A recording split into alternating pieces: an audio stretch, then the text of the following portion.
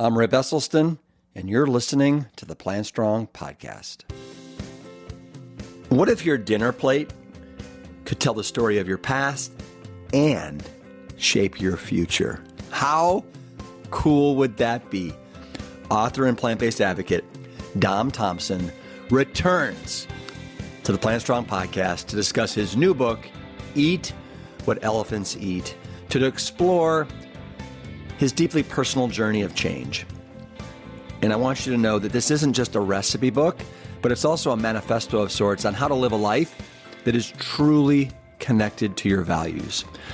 I'm going to have this powerful story along with some of his delicious recipes right after these words from Plant Strong. Let me teach you a little health hack that can save you up to 30% on your next order of Plant Strong foods. Thanks to our partnership with TrueMed, every single item in our product line is now 100% eligible for HSA and FSA reimbursement. Because of the nutritional integrity of everything that we make, you can use your health savings or flexible spending account to stock your pantry with the Plant Strong essentials that you love pre-tax. Here's how it works. Just select TrueMed at checkout before you enter your payment information, and you'll then unlock those sweet FSA, HSA savings. It's real food, it's smart spending, and it's a total win for your health and your wallet. PlantStrong.com.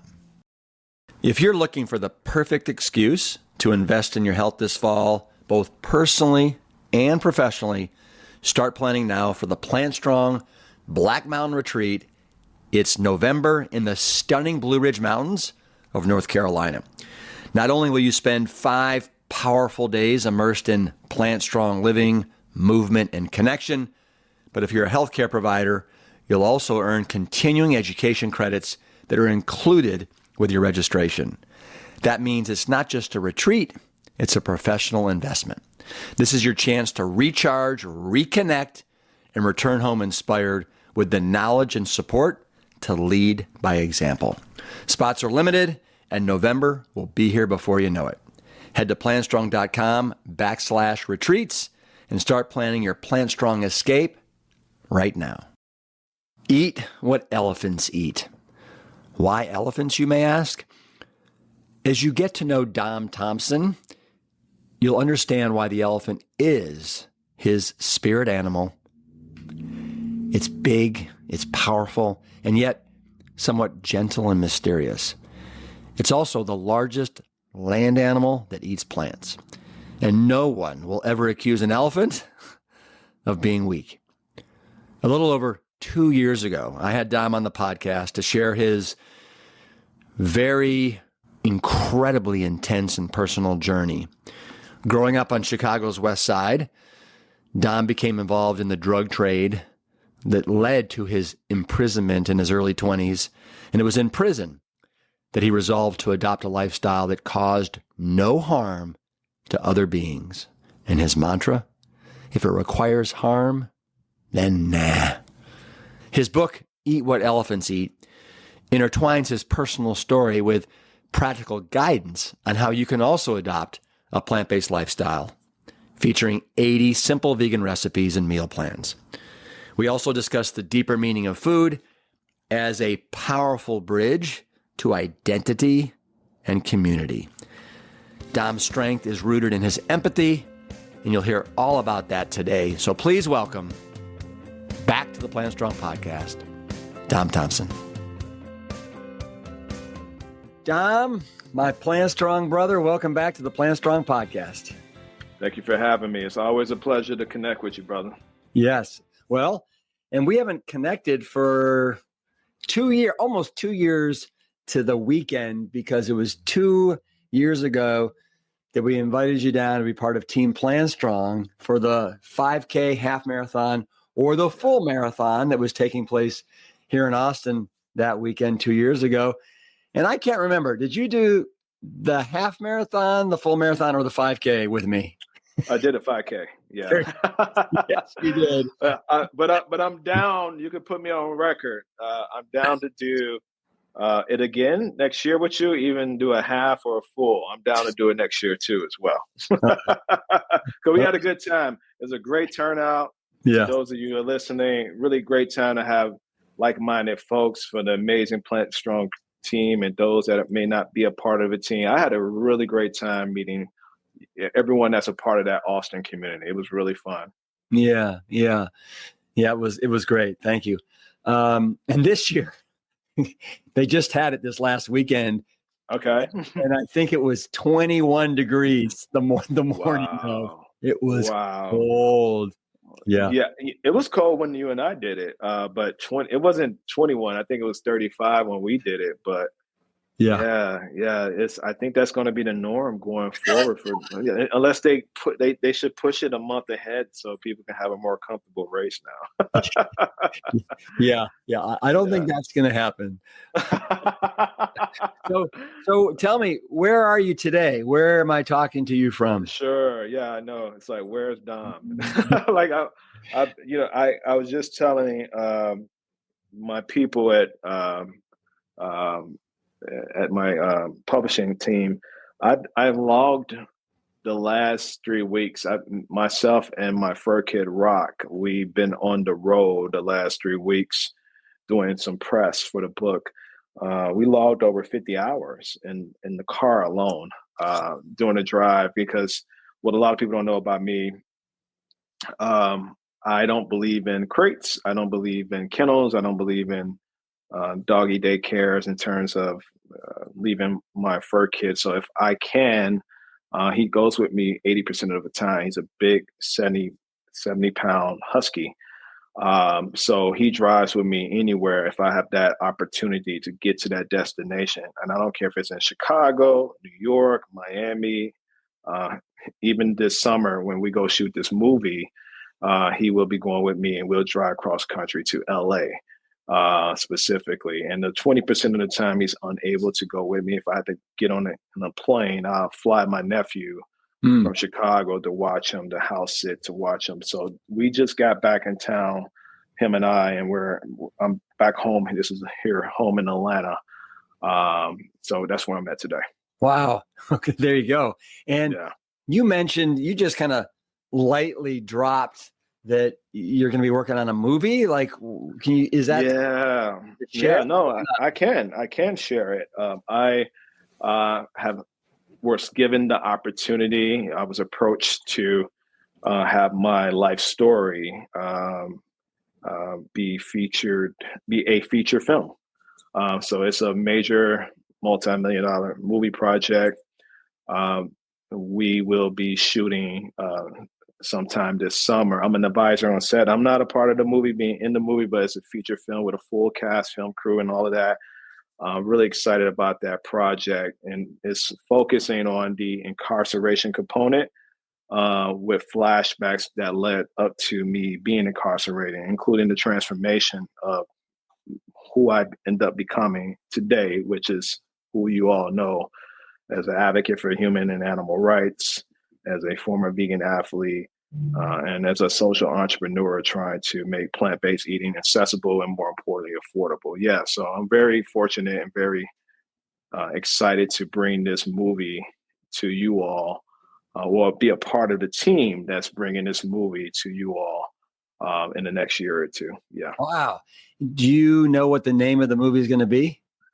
Of course. I can't give away too many details yet, but yeah, we have a name it's already fixated with it, that's associated with the project, but we also have a name that we're going to more than likely just stick with that name, which is pretty cool.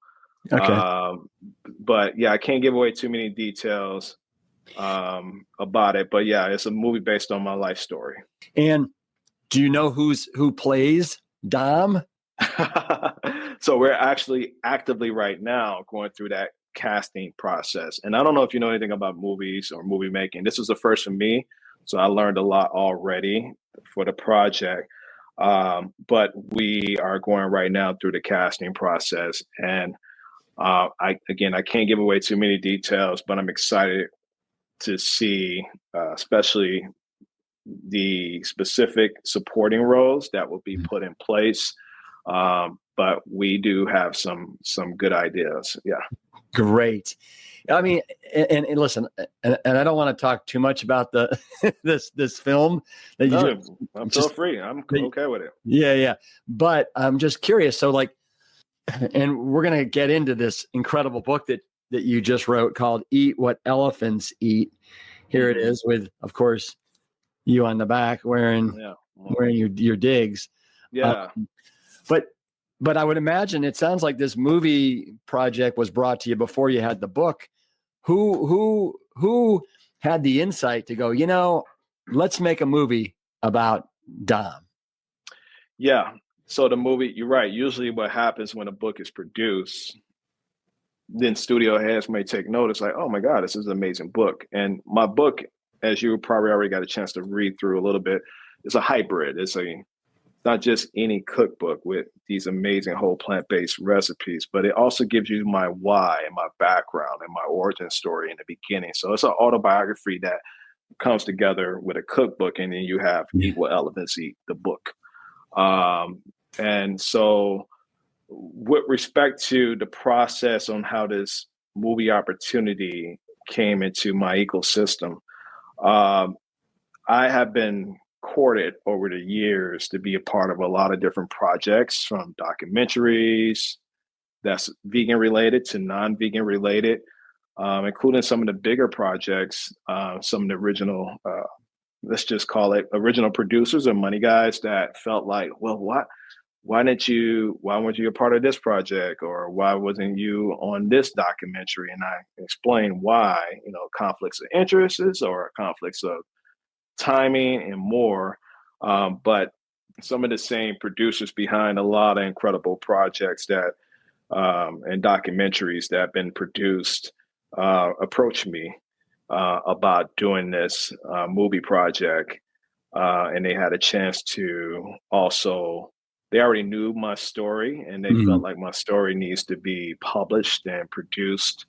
So they also had the opportunity to get an advance copy, a script of the book proposal that was originally put together, which was the way my book proposal was written. It was like reading a movie. Yeah. And you get a part of that in Eat What Elephants Eat. But as you know yourself, the proposal is a whole different writing and narrative. And that writing is basically a very detailed forensics of who I am from my inside and outside. My entire DNA is on display for everyone to judge, from publishers and more. And they had an opportunity to read this. And the same reason why we had all big four publishers interested, in producing this book, is the same reason why they was interested in producing the movie, because that story, or my story, moved them in a way that the team wanted to produce the movie to show the world that never judge a book by its cover. You can have a second chance in life and do great, and you can go on to be a good human being with ethics and morals that is centered around the do no harm approach. What really caught them is my mantra: if it requires harm, then no, they won't have anything to do with it. And they approached me for it. Yeah. So wonderful, so beautiful, and so, I think, well deserving. So appreciate that. Yay. So this is what I'd love to do, Dom, is in this book, Eat What Elephants Eat, you have 9 steps to the Eat What Elephants Eat mindset. And so what I'd love to do is, I think this would serve as a nice framework for us to talk about your story, and then how people can apply it to themselves. So let's start with number 1, which is, you say, accept your past. And so I'd love for you, let's talk about that past. And you say you grew up in the west side of, not Chicago, but Shiroi, right? Oh, Chirac. Yeah, we call it Chirac. Sorry. That's okay. Not yet. Chirac. Yeah.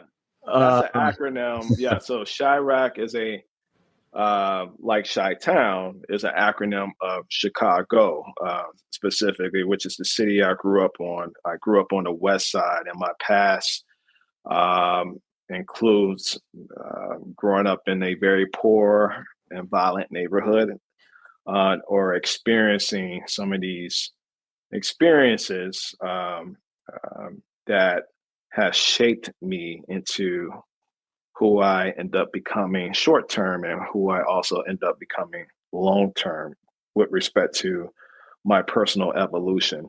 And to be completely vulnerable with that, and to recognize that that's something that we and I wanted the reader to see. If I can be vulnerable and honest and identify my why and my past, so can you, the reader, and to really dig deep to find out your reasoning why. And because if you know your why, you can be successful and be sustainable in choosing this compassionate lifestyle specifically. So I think that's important for people to do a little deep diving with respect to that.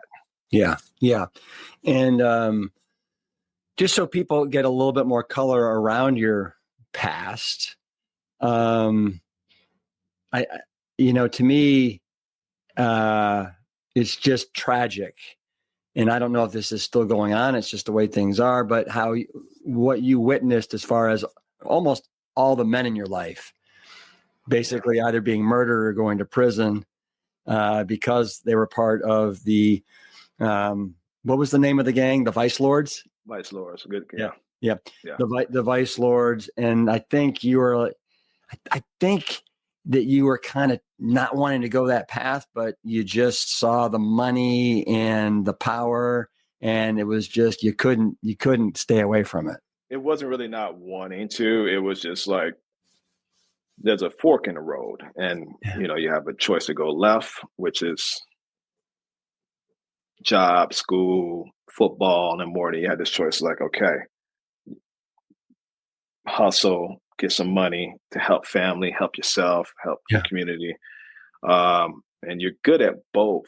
And I kind of went forward, like, with the ideal in mind that this is only temporary. I never had it in my mind I was going to be doing this forever. Sure, the attraction of what comes along with being a person of influence in the streets, and success, being good at it too. Like any other young man that comes from a marginalized community in that timeline. You got to think, we're talking late 80s, early 90s, the impressions of a guy like myself is seeing, where you have these opportunities to make an abundance of money really quick, really fast, where you can also do more for yourself and your family and your community. Because there's only so much going left is going to do, and especially when you are brought up in that environment and that's all or that's all you're seeing, these role models, not just the men and male role models, but I've seen even women in my family doing some hustling and doing that. You kind of become immune to it, and you feel like this is a way of life and it's okay. But in hindsight, no, it wasn't okay, but I learned from that. So I decided to go straight. So while I was trying to hustle and do what I needed to do, while also playing football in high school, and then eventually going on. My injury stopped me from going to play football in college, but I still went to college for architecture and design. And that's around the time I decided to leave this alone and retire at the dope game, and to continue to do full-time school while also working an entry-level position in healthcare. And then that lifestyle from my past finally caught up with me to do basically what some people would view as one last score. A childhood friend of mine asked me to do this deal, and it just so happened ultimately the deal was a bad deal where I was being set up by the feds. Yeah. So it was basically a sting operation. What was interesting to me is that, if you rewind maybe a couple months or a year, I don't know the timeline exactly, you were kind of making this delivery, and I guess the cocaine that was in the car wasn't the grade or the level that it should have been, unbeknownst to you. And so you basically had to talk your way out of, well, you talked a dangerous situation. Very dangerous situation. I remember that like it was yesterday. Yeah. And it sounds like that was at that point you were like, okay, I'm done.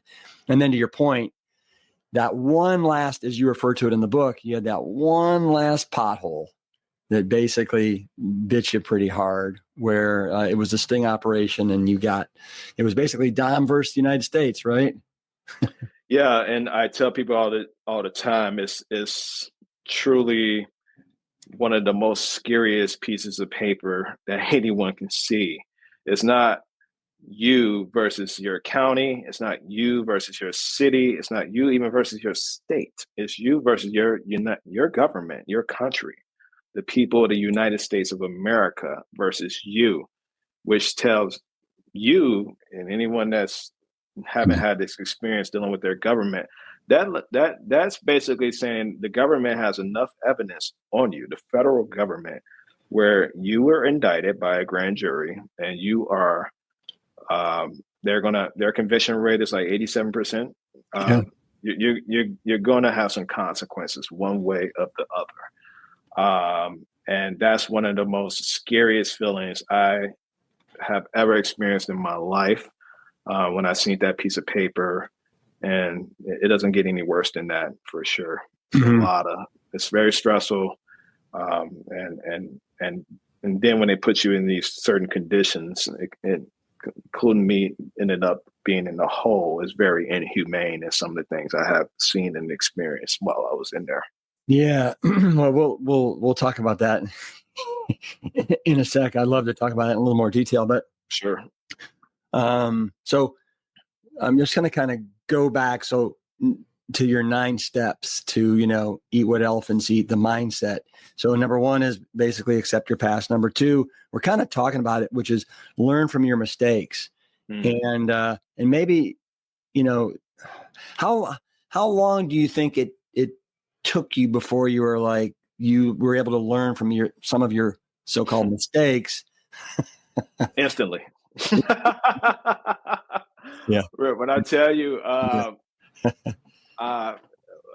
it took just that one piece of paper, and a couple of days in MCC Chicago, and that's when I had never before. It's funny. I'm not religious. I'm spiritual, but I do believe in God. I do believe in a higher energy and a higher calling. That brought me the closest I have been to God and more. And I didn't need to experience years behind bars to realize I don't need to be placed in this scenario ever again. I would never cut corners ever again. I would never do something to break the law ever again. It was one of the most uncomfortable feelings I have ever experienced. And this is what made me get on my knees and prayed in my cell for forgiveness and to get through this challenge that I was facing and going forward. So honestly, if I'm being real with you, it didn't take long at all. It was pretty much instantly. I knew this is somewhere I did not want to be and did not want to spend much time being in. But I did have to go do some calendars. But almost every day, I would pray to get home sooner than later through a technicality, through an appeal, through a pardon or whatever. I wanted to get home. I felt like I didn't need to sit in timeout that long to realize like this is just not the life for me. Well, and you mentioned how for the first time in your life, the black lawyer that you had kind of, looked at you and talked to you in a certain way that you weren't used to. And I think he basically said, help me if I'm right here, but hey, you can either do 3 years, right? I think just by pleading guilty, or if you don't and you try and fight it, what was it? 30 potential for 15 or 30 years, something ridiculous. 10. Yeah. So he had a heart to heart with me. Yeah. He didn't know what they was going to give me, but he knew I was going to do time. The option was either you take full responsibility and we do what's called a blind plea, and hopefully the judge has mercy to give the most minimum sentence available based on sentencing guidelines as a first-time nonviolence offender, right? So I had that going for me. Never been in trouble with the law before. Or we go to trial for entrapment, because it was an entrapment case. There was pressure. I wasn't looking for trouble. I wasn't like, yo, I want to make this deal happen. Like, they kept pursuing me for months to make this deal happen, even though I had hesitation. And if we would have went to trial and we would have lost, the way the U.S. government views it, bipartisan, no matter if the AG is Democrat or Republican, they don't care. They view you as wasting taxpayers' dollars when you could have just admitted to guilt and took full responsibility and served time or whatever the scenario might have ended up being. And I would have got a minimum of 10 years for sure if I would have took them to trial, because they viewed you as wasting taxpayers' money when you know you are guilty for something or guilty for that those charges they was bringing up. Yeah. So what were you sentenced with? How much time? Yeah. So they basically gave me a 10-year sentence, which was basically 5 years of hard time and 5 years of house arrest. And I ended up doing some years, about 2 to 3 years on hard. And then I got the 2 years off from that, from what we call the RDAP, the drug program, and for good behavior and more, which is, I was eligible for up to 36 months off my sentence because of my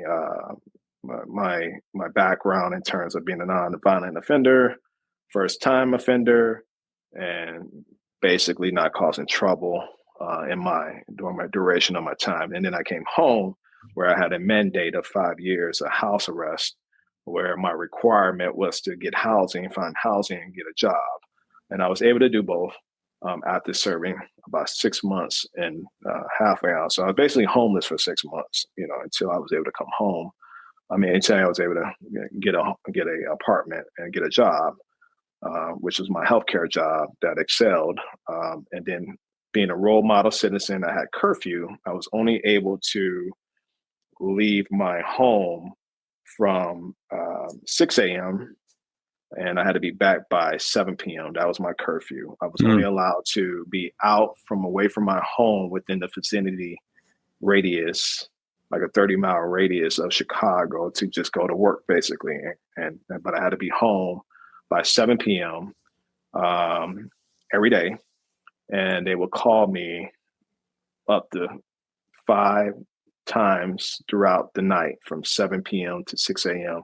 randomly, where my vocal cords would have to match. First, you need a landline. You cannot have a cell phone or a wireless cordless phone. It needs to be a landline. And they would call me from a random number. I wasn't allowed to have caller ID. And keep in mind, this is mid to late 2000s. And so the landline, they would repeat. There was a computer repeating sentences or words that I need to say back. And then my vocal cords, which they recorded at the probation office, had to match with those words. And if it didn't, I had one more attempt for it to match.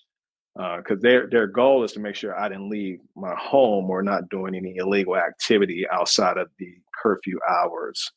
And if I didn't match, then marshals would kick down that door and ship me back to prison. So it was very high tech. It was not a monitoring brace. They didn't believe in that for my case or for me. They needed my vocal cords, just like they needed my DNA. My DNA is on file. I was not allowed to leave unless I was to give up my DNA. Hmm. Hmm. Wow. That's intense. It's really, Yeah. It was something. It was an experience for sure. uh, It was. yeah. All right. So you get to prison, and within the first week, I think, to your number 3 of your 9 steps, you recognized, I mean, maybe it was just a matter of praying, but you recognized possibility over limitations when you were Yes. when you were basically praying, and it came to you, right? Yeah. Yeah. And The light bulb moment you're talking about. yes, Yeah. yes, Yeah. yes. Trying to find my why, or understand, okay, what is the consequences? Like, I get it, for every action there is a consequence, but I had a moment of epitome, and that light bulb moment when I was praying to get answers, and everything pointed to that childhood memory when me and my mother, when I was 8 years old. This messaging came in clear through me, because I have always been a finicky eater. I have always been very disgusted by chicken wings or pork chops, anything associated or attached to the anatomy of a bone. I would just look at it. I was one of those kids ahead of my time, just had a look at that, the way the food was structured, to know it came from something that was slaughtered. And I looked at my mom in that moment, and then told her that I didn't want to have anything to do with that, those chicken wings, because I was already a finicky eater, and more. And I would always pick around the cartilage.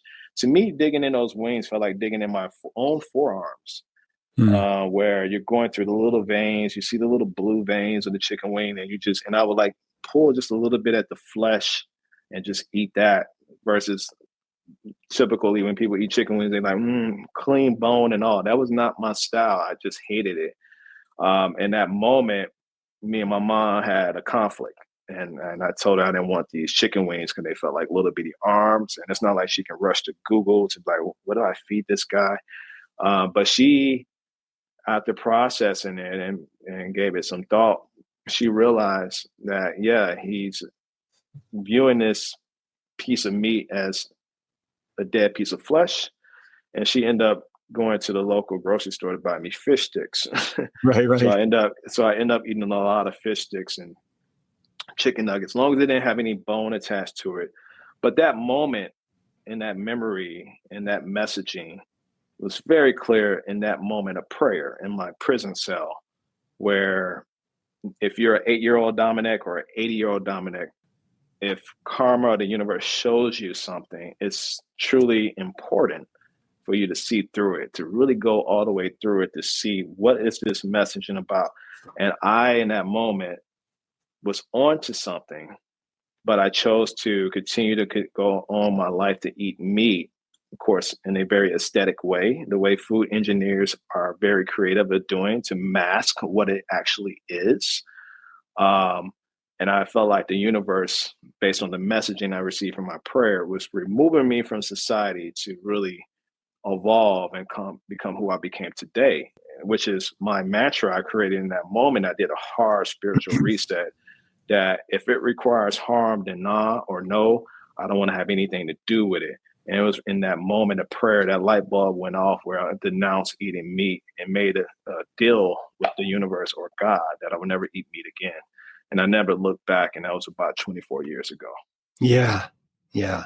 Um, and the amazing thing is too, is it, so you decided to do this in prison, uh, just after being there a week or two, Mm-hmm. and now you're basically trading your meat for other inmates' vegetables, right?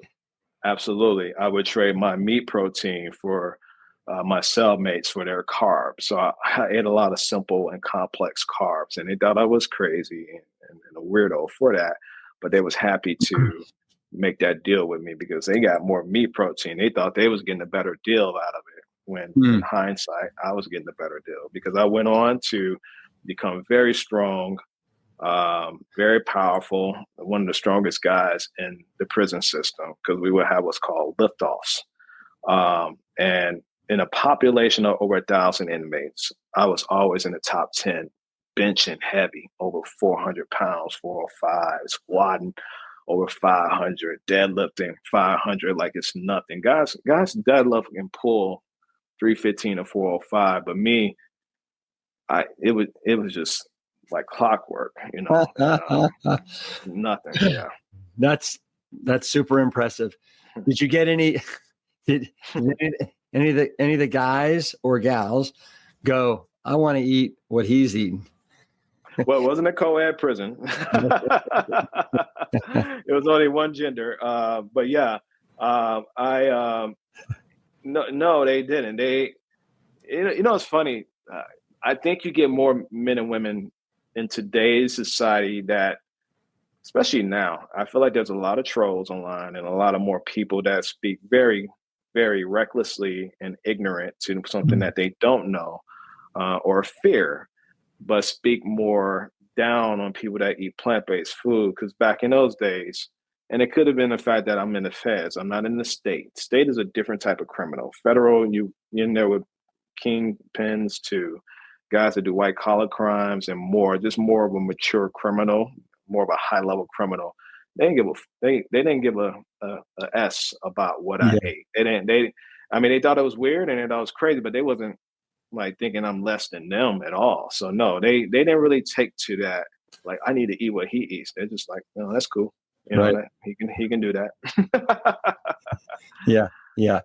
Well, and it must have, did it surprise you at all that you were, eating basically just vegetables, rice, bread, whatever. And even though you lost weight, like I think you came in at 250, you got down to 190. 215. Yeah. You were just crushing it in the weight room. Yeah. Again, we didn't have the incredible books like Elephants Eat or the documentaries out there to show the data and the science, or the organizations like Plant Strong and more to like really help guide people through this amazing lifestyle that we all are part of.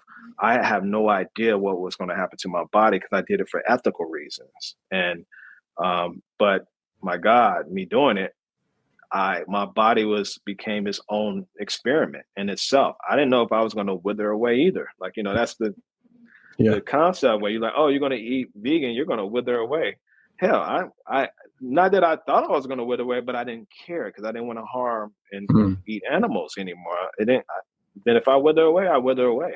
And it became the opposite. I was over 250 pounds, and that inflammation started receding, and I started losing weight. I became what genetically I was engineered with respect to natural selection supposed to look like, without the fat, without the inflammation.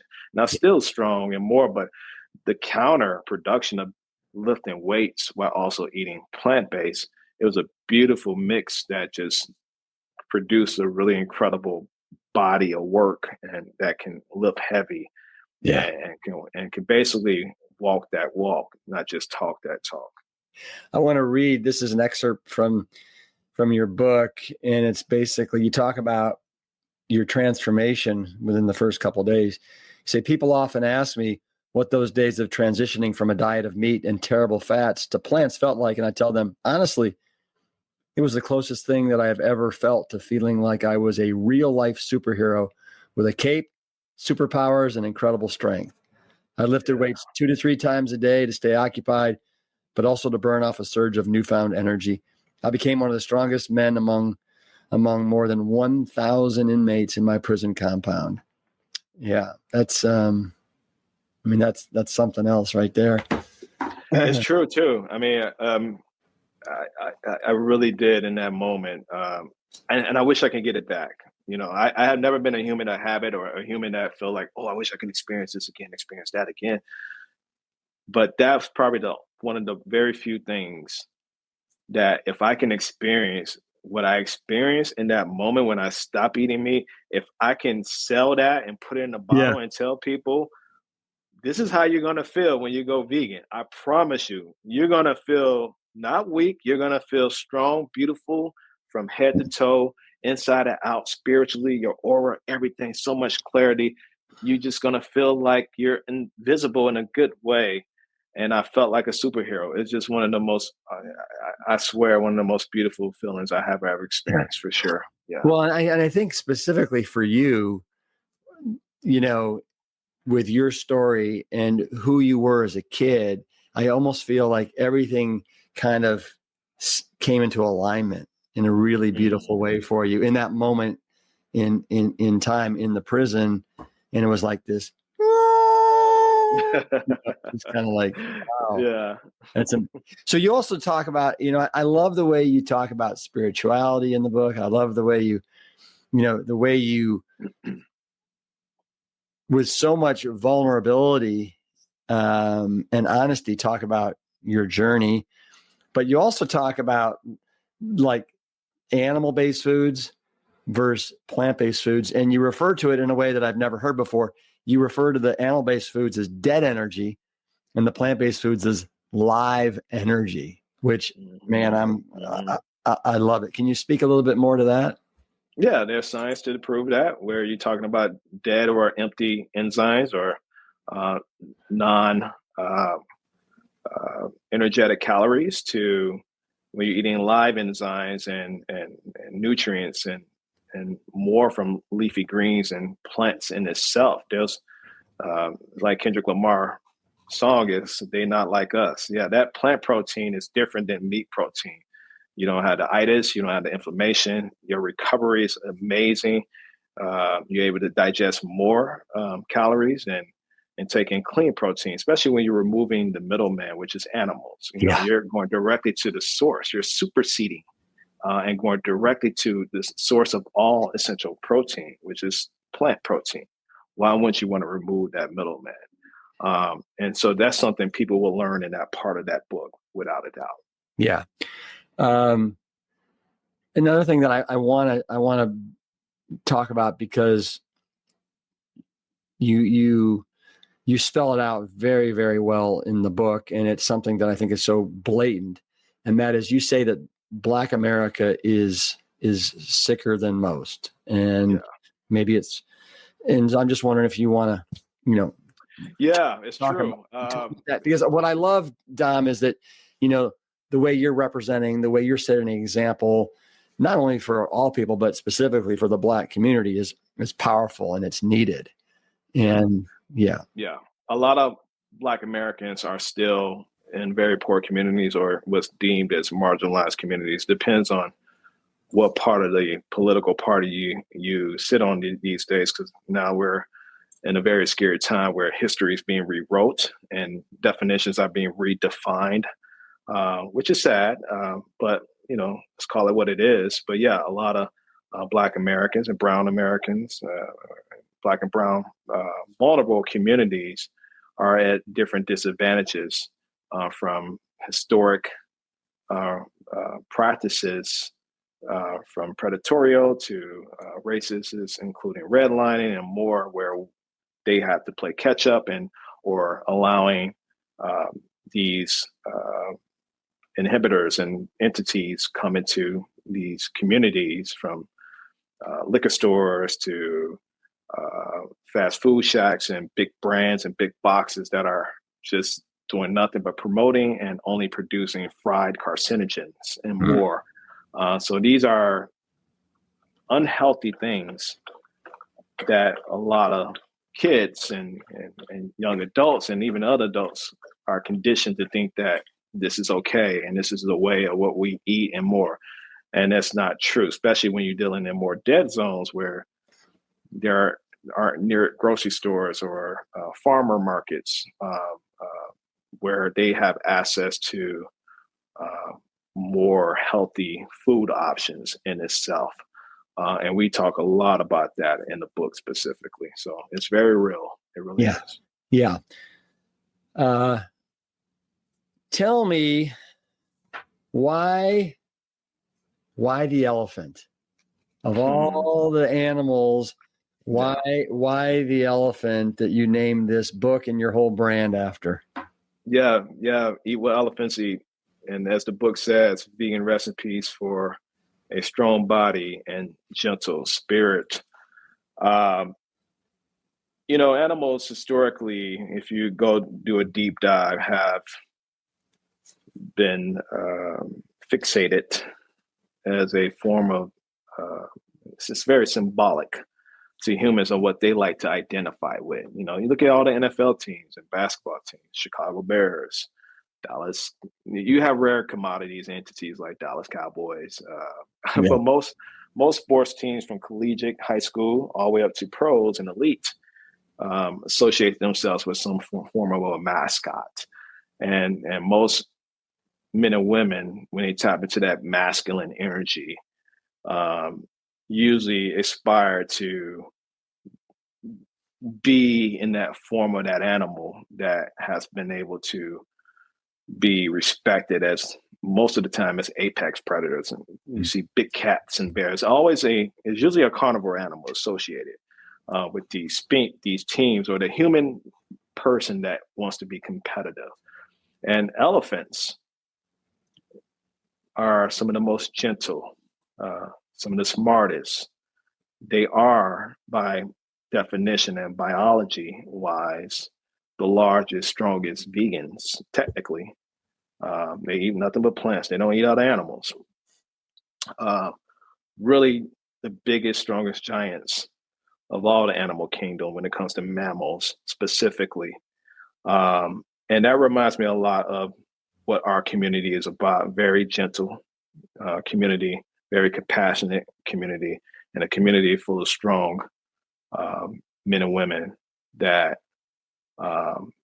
do a do no harm approach, but are not afraid to also step up and defend the most vulnerable and put their tucks down and defend the weak. And to me, it just made all the sense in the world, especially when I was speaking at it. When it comes to speaking engagement, that this ideal about elephants came into my mind when I was tapped to go speak at NYU, because we all sometimes use visual aids. Humans are visual aid creatures. And one of the best ways to help a lot of these men and women, specifically young men, identify with masculinity is to show them the power and the iconic view of an elephant.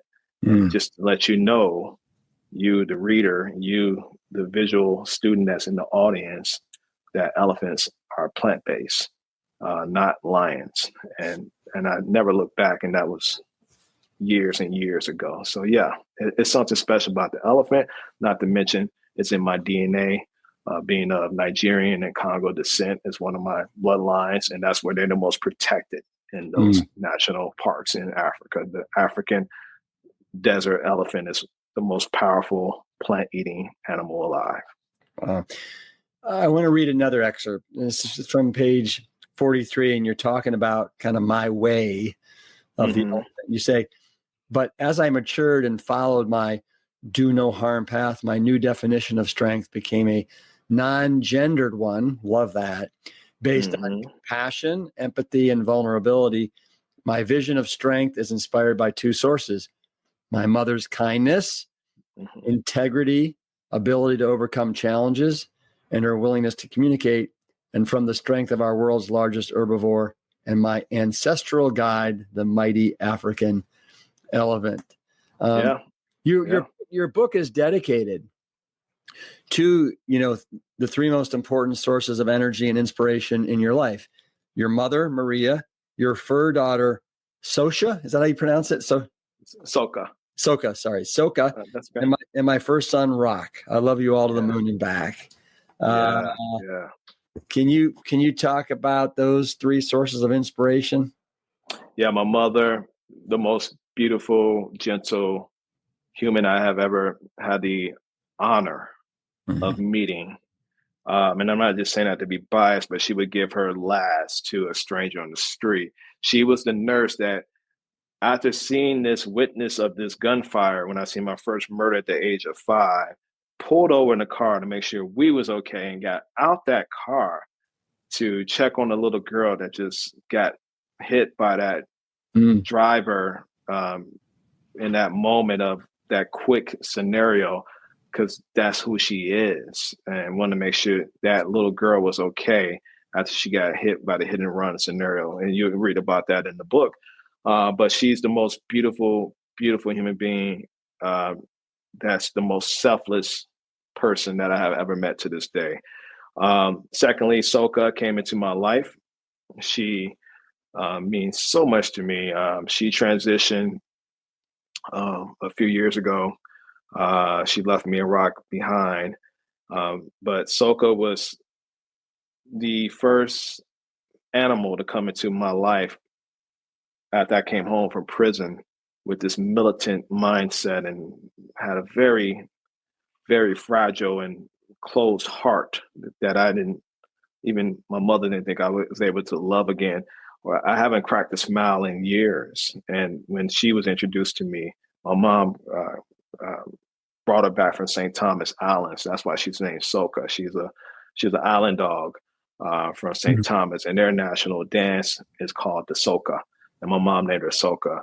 And again, you can read about her full story in the book.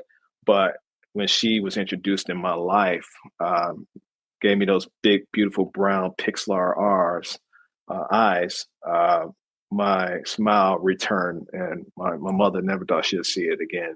And Soka just basically taught me how to love again, without a doubt. And Rock, he's my husky, my dude, my son, my everything. He comes from a troubled background, and I was able to adopt him when he was 1. And again, you can read about his story as well. But he was able to get me out of that funk when his sister transitioned. But he keeps me on my toes. He keeps me young. He keeps me sharp. He reminds me a lot of when I was a young man growing up, just misunderstood, and then have that guidance. And that's what I'm here for, to guide him. So we're a good match, me and him. I love him to death. I think I may have just heard him drinking water from a bowl. You did, yeah. Way to be, Rock. Get yourself some hydration there.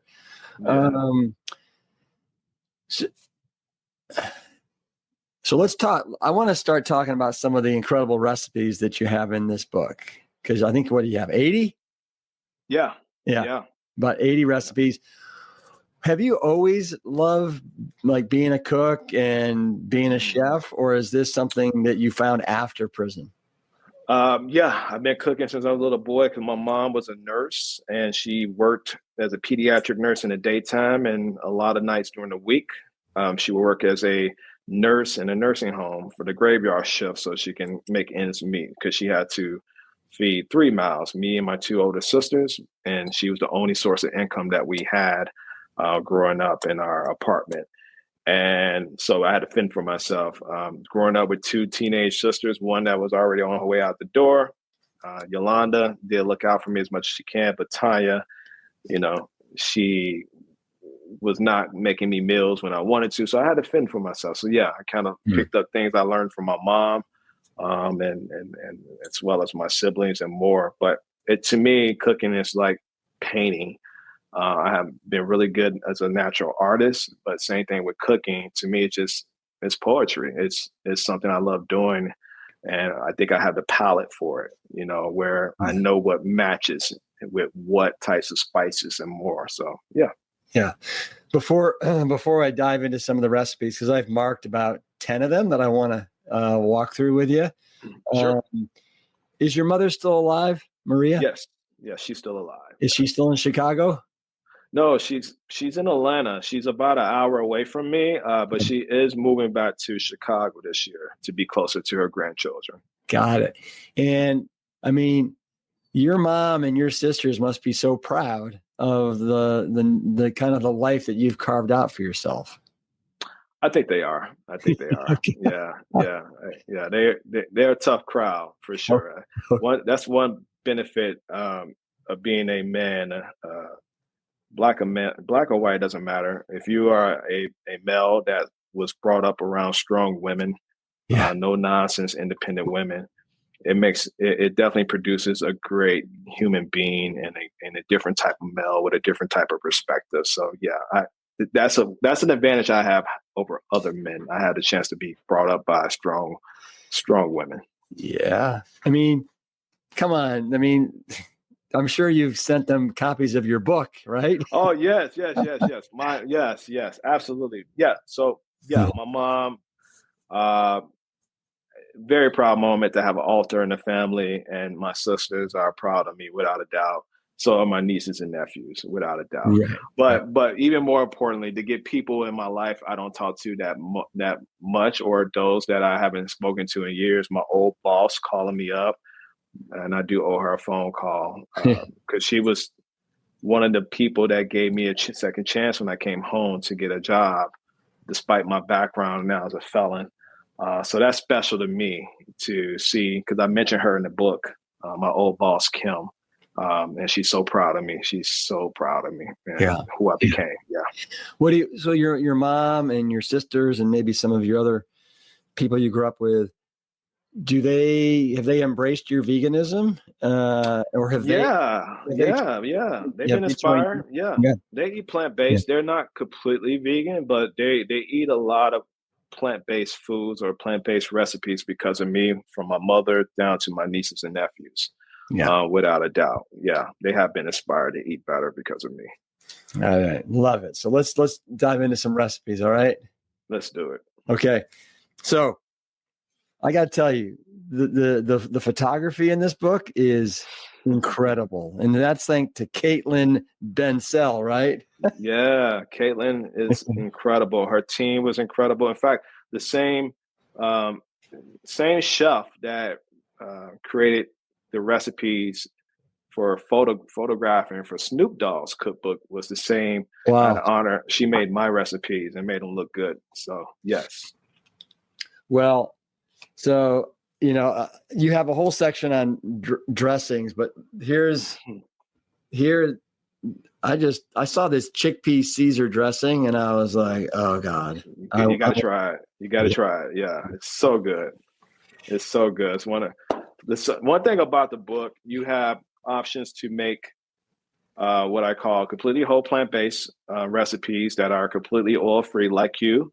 I do eat. I know you eat completely oil-free at times. I eat primarily oil-free, but you have the option of doing oil-free recipes or whole plant-based recipes. Or if you're crowded for time, you have opportunity to do shortcuts too. The recipes are engineered and wrote for different levels of eaters and picky eaters and cooks, from the 5-minute kitchen chef to the 50-minute kitchen chef. So that's one thing about the recipes. They are all very manageable. That's good. So they're customizable like that. Yes, sir. Yes, sir. They are. Yeah. So this photo, I was just starstruck by the brilliance and the color of these waffles. I don't know which recipe it is, but you know what I'm talking about? The beet waffles. Yes, the beet waffles. I came up with that recipe probably about 5 to 6 years ago. I was in the kitchen. Yeah. Story. Actually longer than that, I believe. I think I was in my Ironman days when I was doing triathlons in New York. But I remember being in the kitchen, being creative and wanting. That's when I did a lot of mixing with beets and watermelon as a pre-workout drink versus taking some supplement powdered to get to down before a long century bike ride on a Saturday morning. But there's so much you can do with beets, and it's such a underrated vegetable. I looked at those. I remember just like, I don't want just some basic flour type of waffles or pancakes. I want it to be already naturally sweet without adding some type of sugar or sweetener to the powder itself. Sure, you can depend more on maple syrup, but as you know, some people are heavy with the maple syrup, and I just wanted it to be naturally sweet. And that's when I added beets too, because that's when I was in my beet phase of having beets in a lot of different recipes, and just creatively thought of it. It was spontaneous. Yeah. Well, and I love it because I've never seen red waffles like that before, especially for beets. Tell me this: how forward tasting are the beets in those waffles? Can you? So good. You can eat it without. You can drink it. You can eat them. You can eat the waffles, and you can also do a duration of pancakes the same way without maple syrup. Just add you some fruit. They're both sweet enough. Yeah, and they're all free too. Yeah, love that. Here, I just want to show people this is just a photo of you that's in the book, right? So you like that hat, huh? Yeah. That was something that we spent the day going. They followed me to the farmer's market because I try to go to the farmers market as much as possible to support local vendors. But it was really sunny that day and very bright, and so yeah, I just threw in a hat. It's a casual Saturday, and they wanted to keep it in the photo. Yeah. Yeah, I have photos we took without the hat, and it's like, no, we like the hat. Let's do the hat. So on page 160, you have "Good morning, sweet potato," and I've never, again, your creativity astounds me. I've never ever seen sweet potatoes that look like dessert, but look at this. Like, you've got a banana variety, you've got a berries. I mean, you go to town. Yeah, there's so many ways to you variations of potatoes. There's over 10 different type of potatoes to make in 100 different ways. And honestly, Rip, this is just one of many ways you can make a very good sweet potato to satisfy that palate of yours. Yes, it's one of my favorites. Do you have a favorite potato that you like working with? Yeah, the Japanese potato. It's a hybrid. It's a mix of the traditional Idaho potato and a traditional sweet or purple potato. But you get, if anyone ever had a Japanese potato, you get this mix of sweet and savory in one bite. It's my favorite potato. I love it. So good. Yeah, solid. I'm just going to show people two back-to-back kind of soups. This is a watermelon gazpacho. Yes. Look at that. And then followed on the next page, you have this spinach and broccoli Ironman soup. Yeah, that's named after being an Ironman triathlete myself and doing triathlons, but it's such a beautiful recipe that you can create in cold months like now. Today we woke up to like 30 degrees, unseasonably cold here in Atlanta.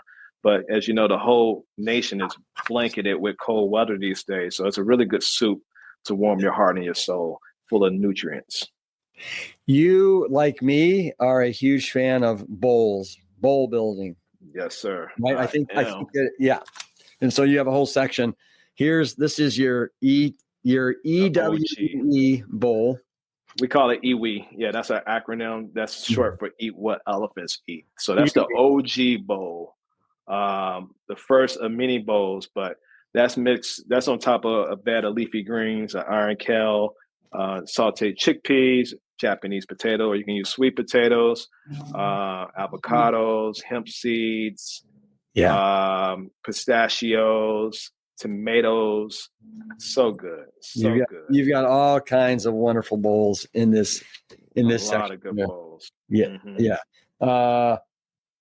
I love doing collard green wraps, and you have these, you call them egg salad collard wraps.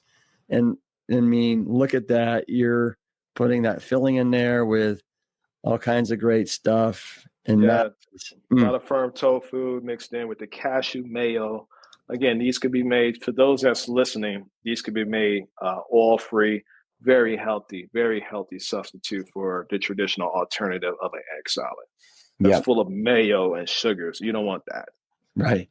I don't know if I've ever seen a sandwich that looks this large, but I would like to try and tackle it. This is mega tofu BLT. Yeah, because growing up in the Midwest, I grew up around a lot of sandwiches, including burgers and hoagies and BLTs, and this is my version of a big, nice BLT that's plant-based and healthy for the soul and body. And I just got to show people another. This is your beet burger. Yeah, my beet burger is one of my favorites. Again, during my timeline of beets, and I was inspired to come up with this beet recipe where the burger patty in itself is sweet and savory, and you don't have to rely on condiments for a nice tasting bite. Well, and to your point, you went through your beet period there when what you were doing, your Ironman triathlons and a lot of your training. But as you said, I mean, there is so much science to support that beets are really kind of a performing enhancing food because of the nitrates that turn into nitrites and dilate our vessels and all that. Yes. You give a I love the way, you kind of give a nod to your roots. And here, for example, this is a soul bowl. Yeah, yeah. The soul bowl is another one of my favorites. And we talk about that as far as the history of soul food associated with the Black community dating back to slavery, on how it was given scraps. But soul food, or what we know some people eat today, is very unhealthy, and it's nothing to really highlight as it has been. But a lot of Black vegans, including myself, are trying to redefine and show people that soul food could be healthy and not be a unhealthy product of slavery in itself. Mm-hmm. Mm-hmm. I think his name, Terry Bryant at all? I don't know Terry. I heard of Terry, though. I don't know him at all. Yeah, because I know he does all kinds of vegan soul cooking. That's kind of his niche, so to speak. Yeah. All right. Your Auntie Valeri would make some stuffed peppers. And Valerie, yes, my Auntie Valerie. Yeah. But these are the healthy version. Yes, yeah. My Aunt Valerie used to do these stuffed peppers. And so one thing you're going to love about the book, most of these recipes has been veganized based off of some nostalgic recipes I grew up liking to different family members. And I give a little blurb before each recipe, take you down memory lane about that recipe. So it's like storytelling. It's a really great storytelling. No, it is. And I think it's so important that each recipe have a story, right? That kind of has a little history, and you do a beautiful job with that. You also have a little dessert section for us with a sweet tooth. Yeah. Which I do. And as all the Plant Strong listeners know, I'm a sucker for a really good chocolate dessert. And these brownies, I mean, help me. Jiffy. Yeah, that's the Jiffy brownie. The Jiffy brownie is one of the first foods I grew up as a kid. My first recipe that I ever made growing up, I was like 8 years old when I was cooking in the kitchen. So the listener know I started off baking, not cooking, because I had a sweet tooth. And Jiffy used to produce these brownies similar to the Jiffy cornbread that was so good to me. And so I just basically re-engineered it in a plant-based, healthier version called a Jiffy brownie. Yeah. Mm-hmm. Mm-hmm. One of my favorite things, but I don't have it very often, is a cobbler, a really good cobbler. And you have this peach cobbler that I just want to dive into. And the way that you've put it together is so wild, the way it looks like droplets of the, I guess, what did you call that? The crust that are on top of the peaches, the freestone peaches. Yeah. So that cobbler is mimicked off of my grandmother Sophie's peach cobbler famous recipe. And I noticed after the book was published that they probably by accident left her name off of that, but it should have said Sophie's peach cobbler. Right. But she made a really great peach cobbler, and that's mimicked off of that. So the whole introduction to this book, you say this kitchen is for dancing. And for anybody that follows you, Dom, on Instagram knows that you can dance it up in the kitchen. And I love that. And I just want to read this and then have you make some remarks on, how your kitchen is such a sanctuary for you these days. But you say, this kitchen is for dancing. It's a reminder that here in my kitchen, where I cook, eat, and share delicious vegan food, I am engaged in the most upbeat dance of all, the one called life. That's awesome. Yeah, I used to dance with Soka a lot in my kitchen. And she would get excited when I would dance and do the recipes for her and I. And I have the sign right here. In fact, there's the sign. This kitchen is for dancing, that I used often as a form of inspiration, because I make some of my best recipes. I'm always singing and dancing in the kitchen. And to me, the kitchen in itself is one of the most intimate parts of a home, where you can find inspiration. You can have some heart to hearts with other family members. And basically, what kind of defines your foundation going forward. And we talk about that in details in the book. So it's very special to me, that memory, especially the memories I had growing up to my last memories with Soka and currently Rock. He's a great dance partner in the kitchen. So is there any particular music right now that you like to put on when you dance in the kitchen? I love them all. I mean, I might be in the mood for some Al Green, down to some mood for some soulful house music, down to some trance music like Rufus De La Soul, down to some Kings of Leon, alternative rock, and more. So I love it all, man. Music is such a beautiful, beautiful work of art, and I think everyone could find inspiration in some type of music. Yeah. What's the best way for people to get a hold of your book, Eat What Elephants Eat?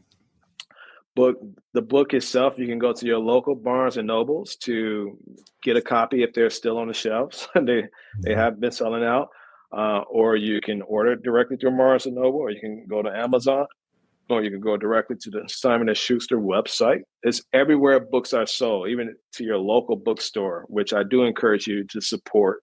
If they don't carry in your local bookstore, you can request them to order. That way they can get a percentage of that sale to help support your local bookstore. But it's literally everywhere books are sold. Any other places that people should know about where they can know more about you and all the great stuff you're doing? Obviously, there's your Instagram handle, Dom. Yeah. The best source of contacting me or to follow what I've been doing is directly through my Instagram, Dom Thompson specifically. Or you can go to Eat What Elephants Eat, which is also our IG, Eat What Elephants Eat. That's the food company. And you won't see much as me on there, but you can see some of these amazing recipes. But yeah, the best way to contact me from Instagram to TikTok and more is at Dom Thompson, and on Facebook as well. Fabulous.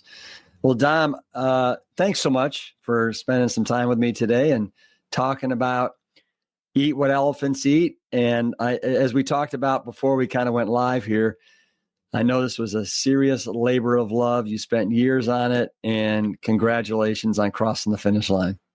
I appreciate that. Thank you so much. And thank you for this opportunity. Yeah. And Dom, I want to have you back on the podcast when we're getting ready to roll out the new movie about your life. Yes, I would love to. Yes, count me in for that. I can't wait to share more about the movie, the BTS behind the scenes. It's an incredible feature, multi-million-dollar movie project, and I'm really excited about it. Yeah. Yeah. Well, so are we. Excited about everything you're doing, all the great work. All right, Dom, you have a great one. And you too, brother.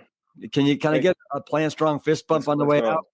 Boom. There we go. You too, brother. And I hope to see you soon. I already told Adam when me and Rock drive cross country to LA, you guys are a pit stop on the way back so we can get some pickleball in. I don't know if you know, but I'm really good at pickleball. Really good. Let's do it. Yeah. All right, brother. I'll see you soon. All right, bye. All right, bye. Eat What Elephants Eat is available now wherever books are sold. And as usual, I'll be sure to put a link in today's show notes to make that super duper easy for you. It's a beautiful transformation story, absolutely, but it's also a tool for your own self-discovery.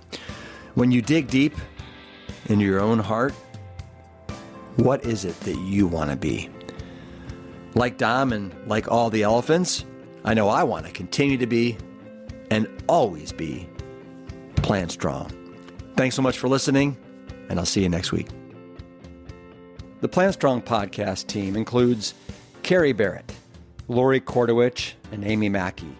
If you like what you hear, do us a favor and share the show with your friends and loved ones.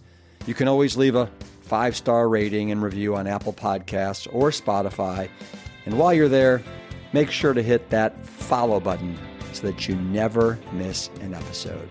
As always, this and every episode is dedicated to my parents, Dr. Caldwell B. Esselstyn Jr. and Anne Cryle Esselstyn. Thanks so much for listening.